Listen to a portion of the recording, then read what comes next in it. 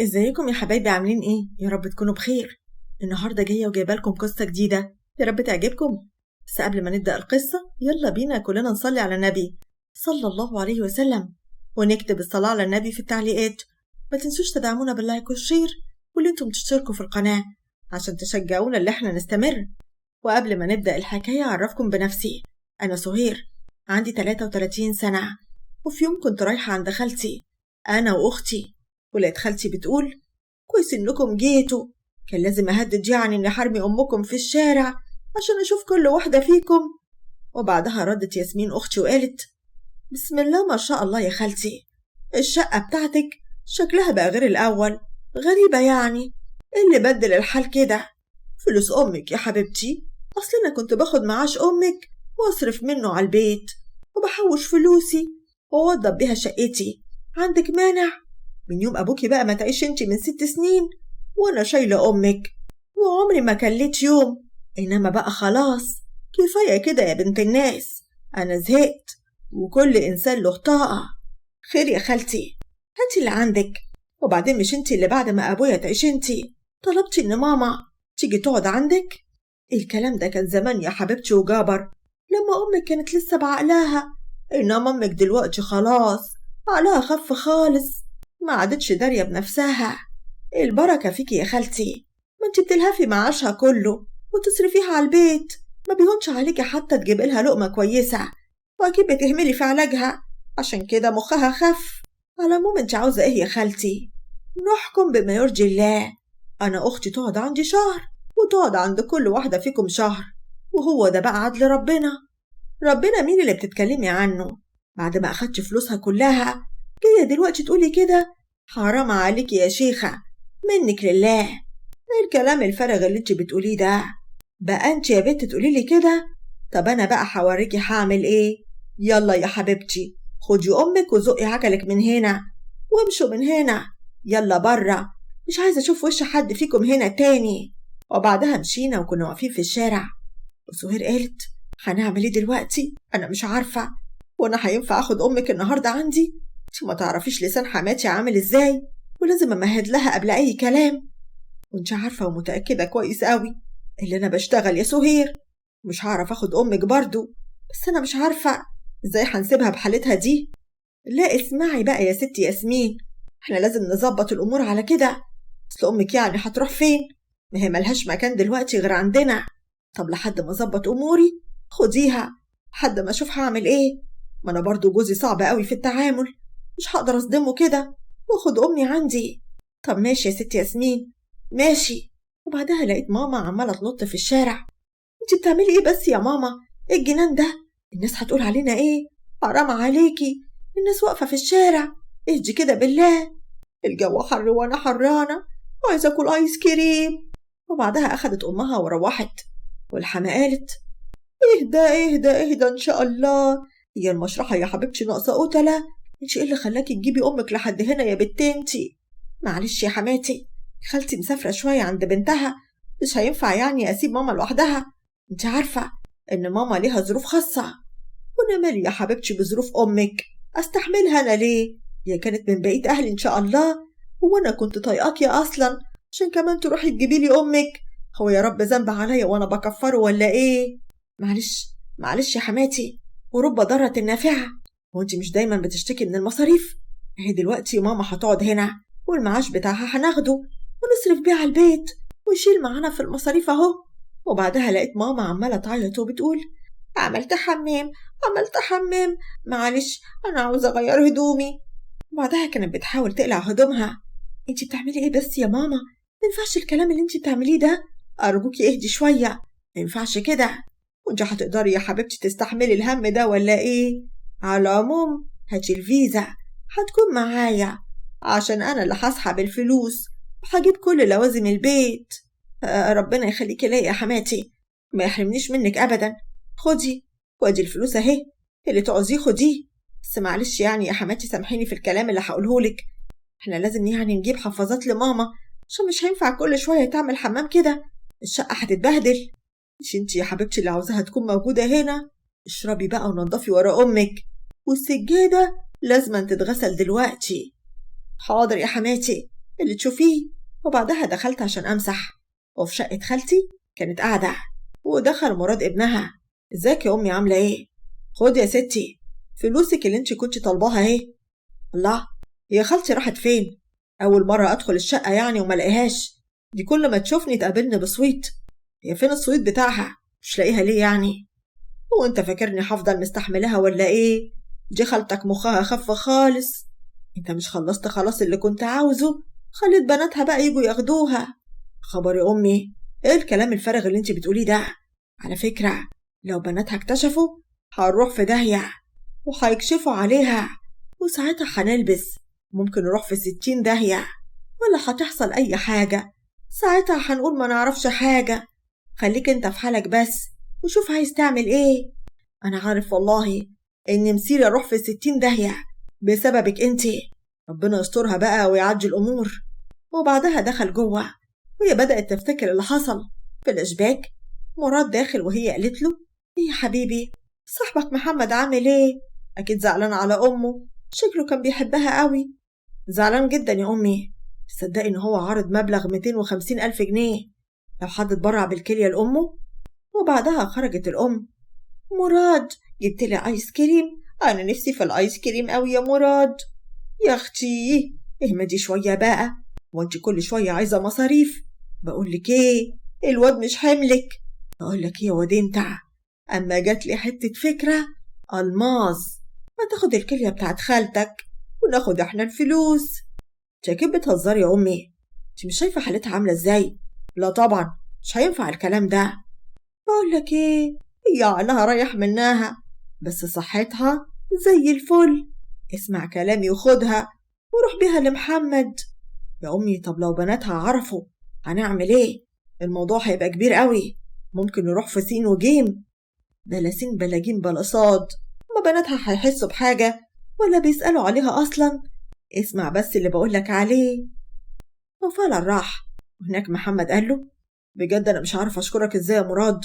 انت عارف ان انا بخاف على امي جدا وبحبها قوي، بس ما تزعلش مني. بنات خالتي يعني عاوزين ياخدوا الفلوس قبل العملية، وكده كده التحاليل طلعت اهي، قالت ان خالتي تقدر تعمل العملية. ان شاء الله الفلوس هتبقى عندك بكرة، بس بالله عليك تم موضوع العملية، انا معاك في اي وقت. بعدها اخدوا كلية الام، وبعد ما بدأت تتشافى وتبقى كويسة الخالة اتصلت بينا عشان نروح ناخدها. عودة من الفلاش باك.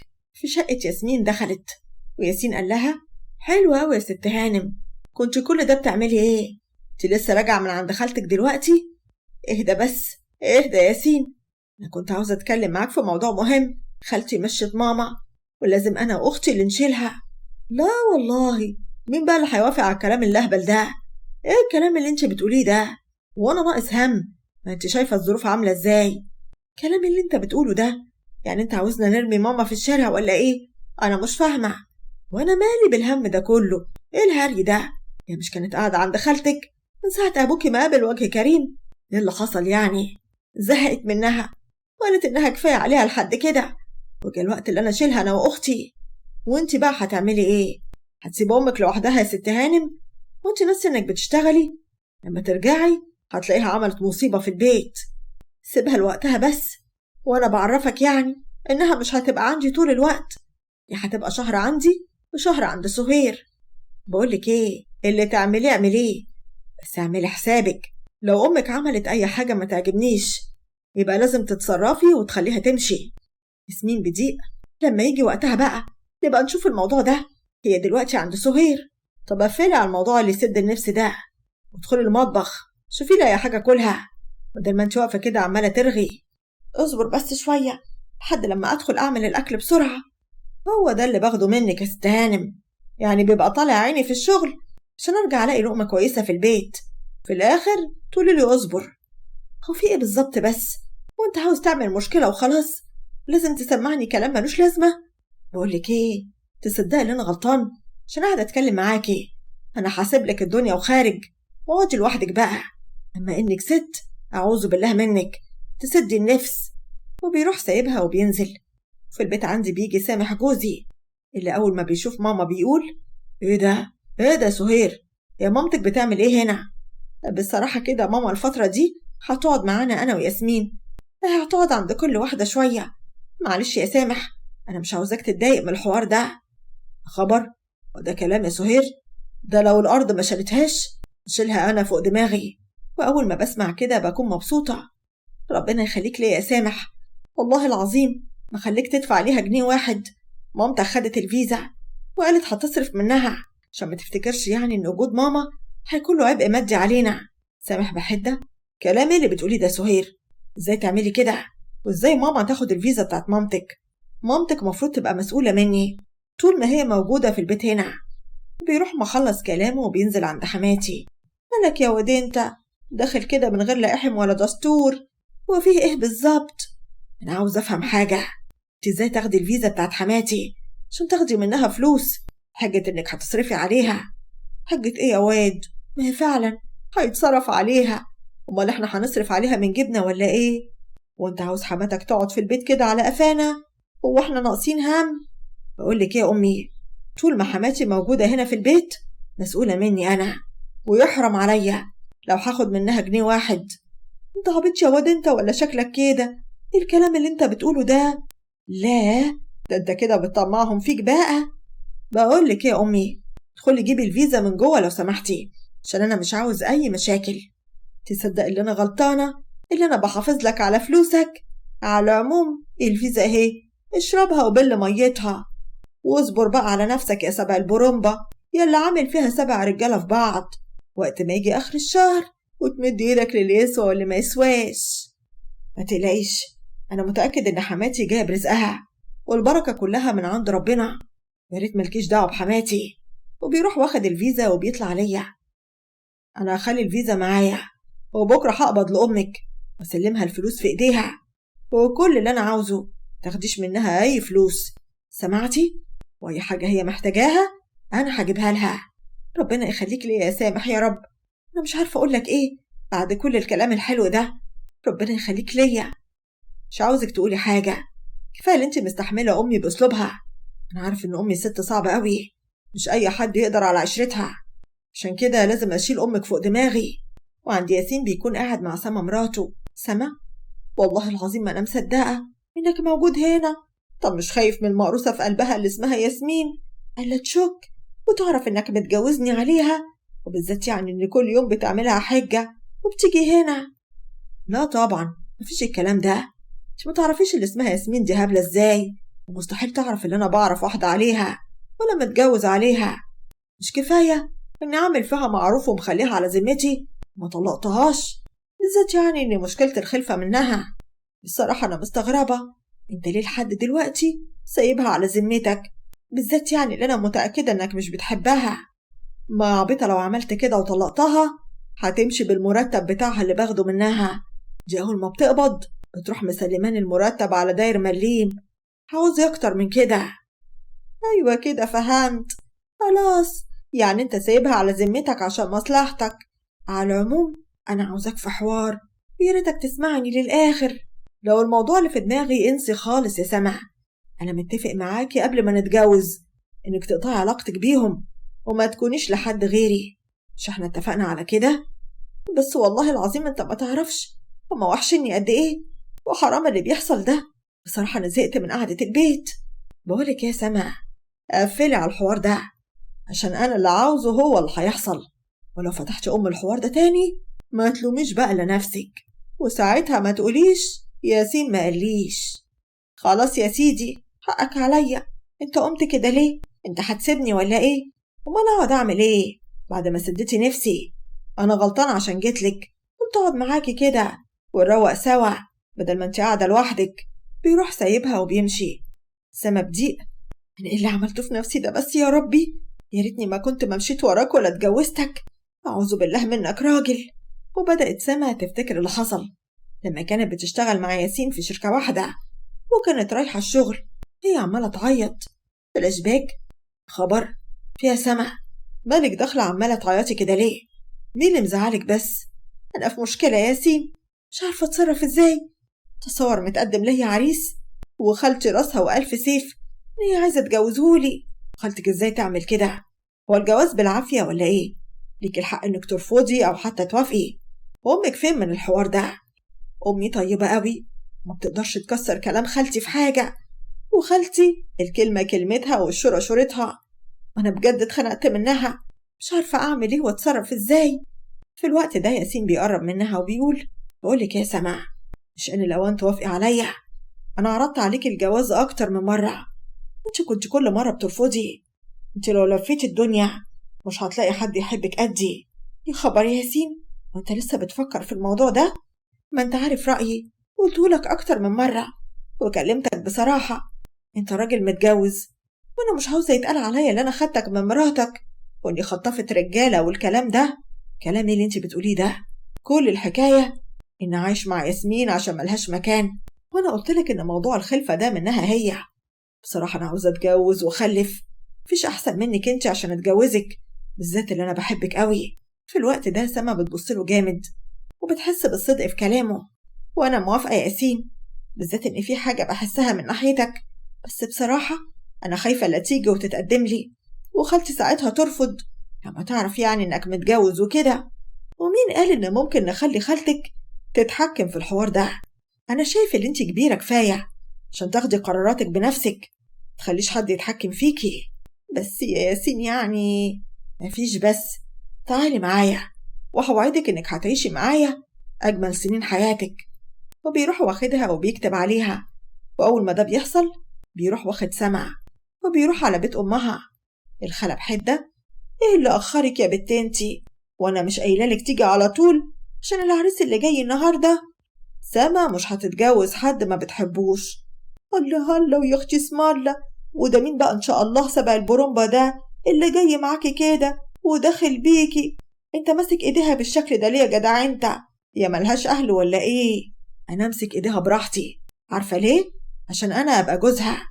انت اكيد اتجننت، مستحيل سما تعمل حاجه زي كده. ما تردي يا بنت انتي بدل ما انت واقفه كده زي الصنم. سما بدي: ايوه يا خالتي، ياسين يبقى جوزي وبحبه. يا اخي حبك بورس وعشرة خرس، انتي بتقولي ايه يا بنت انتي؟ ازاي تعملي حاجه زي كده من ورانا؟ ما تروحي تتجوزي من ورانا؟ ماشي يا سما، طالما مشيتي بقى من دماغك وعملتي اللي عملتيه، مش عايزه اشوف وشك هنا تاني. كلامي اللي انتي بتقوليه ده انا مش ماشيه غير لما اشوف ماما، وامك دي اختي وانا مستحيل اخليكي تشوفيها. واعتبريني انا وامك خلاص مش في الدنيا، قابلنا وجه كريم. وانتي كمان بالنسبه لنا برضو كده يا حبيبتي، خلاص ما عنديش عايشه على وش الارض. وبتروح زقاها وقافله الباب في وشها. ياسين بيقول: انا مش عاوزك تزعلي من حاجه، هي مساله وقت، هما هيتقبلوا الموضوع ده، تشغليش بالك انتي. بيروح واخدها على شقه تانية، هو بيخليها قاعده في البيت وبيرفض انها تخرج، وكل ما تطلب منه انها تروح لامها ما يرضاش، لحد ما بتحس انها غلطت لما اتجوزته. عودة من الفلاش باك. وبتعدي الأيام، وماما كانت كل يوم حالتها بتسوء. وفي مرة وأنا قاعدة أنا وسامح بنلاقيها جاية وبتقعد تخلع في هدومها. يا خبر أبيض، إيه اللي بتعمليه ده بس يا ماما؟ والله العظيم أنا تعبت من اللي بيحصل ده. وبفضل أحاول أهديها من اللي بتعمله. اهدي يا سهير، غلط اللي بتعمليه ده، مامتك مش مستوعبة هي بتعمل إيه، ست كبيرة وبتمر بظروف صعبة، اهدي عليها شوية. بجد أنا تعبت من اللي بيحصل ده، أنا هوديها بقى لياسمين وكفاية عليا قوي كده. يا بنتي وانت مش كنت قايلة إن كل واحدة هتاخدها شهر؟ انت لسه ما كملتيش أسبوعين، مامتك عندك، وانت عاوزة انت وأختك تزعلوا سوا ولا إيه؟ يعني انت يا سامح مش زعلان من اللي ماما بتعمله ولا الدوشة اللي بتعملها طول اليوم؟ طبعا لأ، دي مامتك زي العسل. وعلى فكرة اللي بتعمله غصب عنها، أكيد مش قصدها، ما كنتش انت تستحمليها، مين اللي هيستحملها؟ مفيش حد ضامن عمره، لازم نقف جنبها عشان ربنا يكرمنا. في الوقت ده بسمع صوت حماتي عمالة تنادي: على العموم أنا هنزل أشوف مامتك، وانت معلش خلي بالك من ماما لحد ما أرجع. ماشي حبيبتي، بس كده مامتك في عينيا. وبروح نازلة، وأول ما بنزل سامح بيقرب من ماما وبيقول: تعالي يا حماتي على الأوضة وأنا أخليكي تعملي كل اللي انت عاوزاه. طب يلا بسرعة، بدل اللي اسمها سهير ما تيجي تزعقلي، يلا.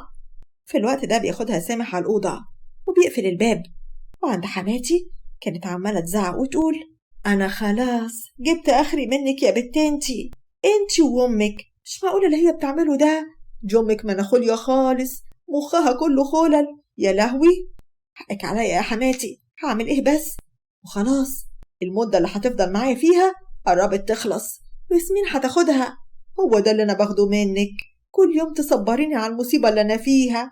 على العموم تفضلي شوفي شغل البيت، ولا انت بقى مفكرة ان امك عشان هتبقى موجودة هتشيلي ايدك من كل حاجة وتتحججي بوجودها؟ كلامي اللي انت بتقوليه ده، ما انا كل يوم بنزل ليك يا حماتي، مش برضه اطلع غير لما اخلص كل شغل البيت. بقولك ايه يا بنت انتي، انا اقول واعمل اللي نفسي فيه، ما بقاش اللي انتي كمان تعديلي عليا في الكلام. حاضر يا حماتي، شوفي انتي محتاجة ايه عشان اعمله بسرعة، عشان انتي عارفة ان ماما مش بتسكت ولازم ابقى معاها وهديها. يا اختي والله ما عارفة ايه البلاوي اللي بتتحدف علينا دي. على العموم في شوية هدوم انشريها واطلعي عشان تعرفي قد ايه قلبي حنين ومفيش منه اتنين. اه طبعا يا حماتي، انت هتقوليلي على الحنية اللي انت فيها؟ ماشي، والله انا عارفة من غير ما تقولي. تنقوري تنقوري يا حبيبتي، يلا زقي عجلك وشوفي اللي وراكي. وبروح داخلة وببدأ أنشر في الغسيل، وبعد شوية بطلع بلاقي الشقة ساكتة. غريبة يعني، ماما مش سامعالها صوت، مش عادتها يعني. الله، وسامح فين هو كمان؟ يا سامح يا سامح، انتم فين؟ في الوقت ده بيخرج سامح من الأوضة، وكان شكله متغير وكأن في حاجة، بس أنا ما كنتش عارفاها لأنه كان شكله متوتر قوي. إيه ده؟ هو أنت طلعتي إمتى يا سهير؟ لسه طالعة حالا. بس أنت كنت فين؟ وفين ماما؟ أنا ما كنت سامعة صوتها، انتوا ما كانش ليكم صوت خالص. ها؟ أنا لما لقيتها بس متضايقة قلت أدخلها الأوضة وأقعد معاها أديها، بدل ما صوتها كده كمال الدنيا كلها. أنا ما كنتش عاوز صوتها ينزل لماما تعملها مشكلة. ربنا يخليك ليه يا سامح، أنا مش عارفة أقولك إيه. في الوقت ده بلاقي ماما خارجة من أوضة النوم، وأول ما عينيها بتيجي على سامح بتفضل تصوت وتقول أنا مش هقول حاجة، مش هقول حاجة، مش هتكلم، بس ما تخلص عليا، ما تعملش فيا حاجة. سهير بقى لأ، اهدي بس يا ماما، في إيه؟ مالك بتتكلمي بالشكل ده ليه؟ خليه يمشي، خليه يمشي، أنا خايفة قوي، خايفة، ده مرعب مرعب، وأنا خايفة منه. في الوقت ده ببص لسامح اللي أول ما بيلاقي كده بيخرج على طول، وأنا بفضل هدي ماما وبقول لنفسي هو في إيه بالظبط؟ وليه ماما قالت على سامح كده؟ هو إيه اللي حصل بس؟ هو أنا ناقصة يا ربي؟ أنا مش فاهمة حاجة. وبروح ماسكة الفون ورن على ياسمين. أيوة يا سهير، عاملة إيه يا حبيبتي؟ وماما أخبارها إيه؟ سيبك من ده كله وتعالي ليا حالا. وبروح قافلة من غير ما أفهمها حاجة، وأول ما بتوصل ياسمين بتقول في يا سهير، مالك بتتكلمي كده ليه؟ يا ماما كويسة؟ بصراحة كده أنا تعبت من ماما، وغير كده تعبت من حماتي وشغل البيت. أنا عاوزاكي تاخدي ماما عندك لحد ما أهدى شوية. كلامي اللي بتقوليه ده يا سهير، ما أنت عارفة يعني البير وغطاه. بقولك إيه يا ياسمين، أنت هتاخدي أمك وأنت ماشية، أنت سامعة ولا لأ؟ وتصرفي يا حبيبتي عشان ما انزلش وارميها في الشارع. ماشي يا سهير، بس افتكري اللي انت قلتيه ده كويس قوي، ومهما امك بقى بتعمل ما ينفعش تبقي قاسي عليها بالشكل ده. خليكي يا حبيبتي انت اللي كويسه، اصلك ما جربتيش وشفتي اللي انا شفته. انا تعبت قوي وكفايه اللي انا فيه اصلا. انت ما تعرفيش حماتي معكنينه عليا ازاي، دي مشرباني المر، مش مخلياني اعرف اعمل حاجه لا في بيتي ولا مع عيالي ولا مع جوزي. امك بقى جايه عشان تكمل عليا الليله دي، انا مش ناقصه. ياسمين بضيق تمام يا سهير، بتروح واخده ماما وبتمشي. اول ما بتوصل بتلاقي ياسين. ايه ده بقى، في ان شاء الله انت جايبه امك تعمل ايه هنا؟ كلام اللي انت بتقوله يا ياسين، انا مفهماك على كل حاجه، وان ماما هتيجي وقت وتعيش معانا. هو انت مش شايفه بتتصرفي ازاي؟ بقولك ايه يا ياسمين، انا بجد زهقت منك عشان تجيبي لي كمان امك. بصراحه انت وجودك في حياتي وجع قلب. في الوقت ده ببص بلاقي ماما بتبدأ تخلع هدومها. ايه ده ان شاء الله، امك بتعمل كده ليه؟ هو احنا بقينا خلاص في الخنكة ولا ايه؟ في الوقت ده ماما بتقول الجو حر قوي، مالها الشقة دي عاملة كده ليه؟ هو انا ساكنة في الفرن؟ بقولك يا ياسمين، عشتك معايا قصاد وجود امك دي من اول لحظة المناخوليا بانت. انا عايزة اخرج وارجع ملاقيهاش، وبيروح سايبها وبيمشي. هتصرف ازاي انا دلوقتي؟ وبتروح واخدة ماما وبتيجي عندي، وانا بقولها بحدة هو انت جايبة ماما وجاية ليه؟ ها؟ مش أنا قلتلك خليها عندك؟ بالله عليك يا سهير خليها عندك. ياسين خرج لما لقاها بتخلع هدومها، حلف إنها ما تقعدش في البيت، ولو ده حصل هيرمي عليا يمين طلاق، وأنا كمان ما ينفعش أخليها عندي. بصراحة أنا قلقانة، مش عارفة هو سامح خوفها ولا إيه، لأنه متعاطف معاها قوي. ده أنا سبتها في البيت معاه عشان كنت بشوف طلبات حماتي، وأول ما طلعت لقيتها مرعوبة منه. مش عارفة بصراحة إيه اللي حصل عشان تترعب منه كده. في الوقت ده بيكون سامح وصل. إيه الكلام اللي انت بتقوليه ده إن شاء الله؟ يعني إيه أمك بتترعب مني وانت قلقانة؟ انت مفكرة في إيه بالظبط؟ شكلك اتجننتي. يعني انت مفكرة ان انا ممكن اعمل حاجات اضر بيها امك واخوفها؟ انت عارفة ان انا اكتر واحد قلبي عليها وبعتبرها زي امي. بتسمي ايه بقى لما سبتك مع ماما كانت مرعوبة منك؟ تسمي ده ايه؟ في الوقت ده بتطلع حماتي وبتقول ده انت يا عرة الستات بتتهمي ابني ان هو بيأذي امك. لا ده انت شكلك جرى في مخك حاجة. بقول لك ايه يا سامح، ارمي عليها يمين طلاق، اوعى تسيب البت دي على ذمتك ثانية واحدة بعد اللي قالته ده. وانا ما جبتش حاجة من دماغي، انا شفت كل حاجة بعيني، وشفت ماما وهي مرعوبة منه. امي عمرها ما عملت كده مع حد ابدا، عمري ما شفت الخوف ده في عينيها. حتى لما خالتي بقت بتنكد عليها ما عملتش معاها كده. حلو الكلام ده قوي، ما ترد عليها يا سي سامح، اهي اخرة المعروف ضرب الكفوف. مش كنت عمال تحابي حماتك، اهي مراتك بتتهمك وبتقول اللي انت بتخوف امها. شوف بقى وقول لها عملت ايه عشان هي بتخاف منك. بصراحة كده انا دخلت عشان اخد منها فلوس المعاش، فضلت تقاوح معايا ورفضت، وزعقت ليها وقلت لها انا لو ما خدتش منك الفلوس هقضي عليكي. فساعتها ادتني الفلوس، وقبل ما اخرج قلت لها ما تقوليش لحد، وطالما يا اخويا عينك على فلوس المعاش قوي كده ما كانت الفيزا معايا، وانت اللي عملت لي 7 البورومبا. قلت كله الا فلوس حماتي انا اللي هصرف عليها، هو حد ياخد منها جنيه؟ ولا انت بقى رجعت في كلامك لما فلست؟ انا لقيت حماتي تصرفاتها غريبة، وكنت عاوز اخد منها الفلوس لانها كانت ممكن تنطرها في اي مكان وتضيعها. هو ده كل الموضوع مش اكتر من كده، وانا فعلا ما خدتش من الفلوس جنيه واحد. وفي الوقت ده بنسمع صوت هبدة في أوضة ماما، ولما بنروح عشان نشوف فيه ايه بنلاقيها قطع النفس، وبنروح رنين على الإسعاف اللي بتيجي وتاخدها. وبعد شوية بيخرج الدكتور ويقول هو انتوا ازاي شلتوا الكلية بتاعتها؟ دي تعبانة خالص، دي جريمة وانا هبلغ عنكم. وبيروح ماشي، وأول ما بيمشي بتقول ياسمين معقولة انت يا سهير عملتي كده في ماما؟ جالك قلب تعملي فيها كده؟ أنا مش فاهمة منك حاجة، والله ما عملت حاجة. ولسه جاية تتكلم بتلاقي ياسين داخل ومعاه سمع، ولما سألت الممرضة قالت إنها مراته وبيجوا يتابعوا الحمل هنا. في الوقت ده بتروح لهم ياسمين بقى أنت يا ياسين بتتجوز عليا أنا؟ طب إزاي وإمتى؟ إيه ده؟ وأنت بتعملي إيه هنا إن شاء الله؟ ومين قالك إني اتجوزت عليكي؟ دي واحدة زميلتي في الشغل وتعبت وأنا جيت معاها هنا، خدمة إنسانية مش أكتر. ما تبطل كدب بقى، أنا تعبت، أنا مراته على فكرة، وأمي ابنه اللي جاي في السكة. وعلى فكرة هو سايبك على ذمته عشان بياخد منك المرتب كل شهر، لكن انتي ما تفرقيش معاه في حاجة. معقولة الكلام ده؟ انت يا ياسين انت قاعد معايا عشان المرتب؟ طلقني يا أخي، أنا مستحيل أقعد على ذمتك دقيقة واحدة. غالي والطلب رخيص، بيروح رامي عليها يمين الطلاق وهي مصدومة. وبعد شوية بيجي البوليس، لما الدكتور بيجي بيقول إن الكلية متاخدة بقالها أكتر من 2 شهر. وساعتها لما بنسمع كده بنتهم خالتي، لأن أمي في الوقت ده كانت قاعدة معاها وبيتقبض عليها هي ومراد وبيعترفوا بكل حاجة. وساعتها بساعد ياسمين إن هي تاخد شقة وتعيش فيها وتبدأ حياة جديدة، لأنها اتصدمت في ياسين قوي. وأنا رجعت لسامح وعشت معاه وحاولت أقنعه اللي احنا ناخد شقة بعيد عن أمه، وهو فعلا قرر يعمل كده، بس مستني يلاقي الشقة المناسبة وننقل فيها، لأن وجودنا مع أمه بجد لعنة. وبجد أنا وياسمين فضلنا نراعي ماما دلوقتي قاعدة مع ياسمين في الشقة اللي هي خدتها بعد ما اتطلقت، وأنا بروح على طول وبراعيها معاها مش بنسيبها.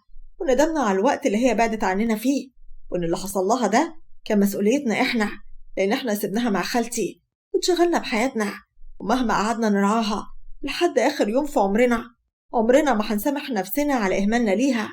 وبكده تكون خلصت الحكاية. نشوفكم في قصة جديدة، وما تنسوش تدعمونا باللايك والشير والاشتراك في القناة.